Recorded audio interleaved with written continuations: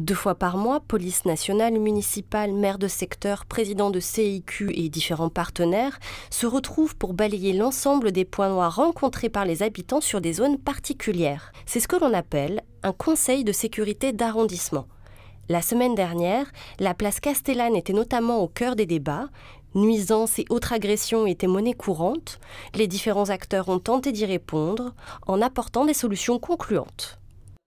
On a la chance d'avoir des caméras du CSU sur la place Castellane. Oui, c'est pour ça. Voilà, un retour comme ça dans 15 jours. On fera un bilan, je vous donne la parole, on fera un bilan particulier sur ce qu'il en est vraiment sur cette place. Donc, on acte qu'on fera des passages de la police nationale, de la police municipale la nuit.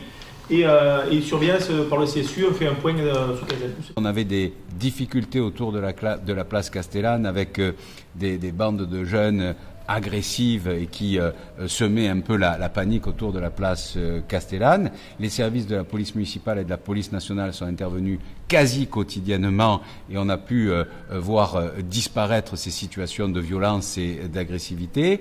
En même temps, la mairie s'est occupée de remplir les espaces vides avec un kiosque à journaux qui était abandonné et qui va être occupé prochainement par un commerce, d'installer un manège qui arrive sur la place Castellane, de la verbalisation aussi du stationnement anarchique parce que ça participe du sentiment d'insécurité et donc la situation s'améliore, mais il ne faut jamais lâcher, il faut continuer place Castellane comme ailleurs. Autre problématique du secteur, la rue de Rome, ses vélos et son stationnement anarchique qui pénalisent les conducteurs de tram. Le tramway a besoin de pouvoir circuler le plus rapidement possible pour pouvoir transporter les voyageurs correctement. Ça, c'est la première des choses.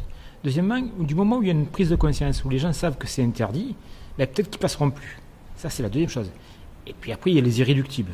Ceux-là seront verbalisés. Peut-être qu'à force d'être verbalisés, ben peut-être qu'ils n'y passeront plus. Les livraisons, c'est pareil. C'est interdit pour eux. Ils se croient au-delà des lois.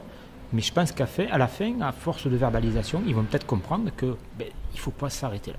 En à peine 1 mois et demi, près de 3000 PV ont été dressés par la police municipale rue de Rome, dont 510 pour infraction à la circulation.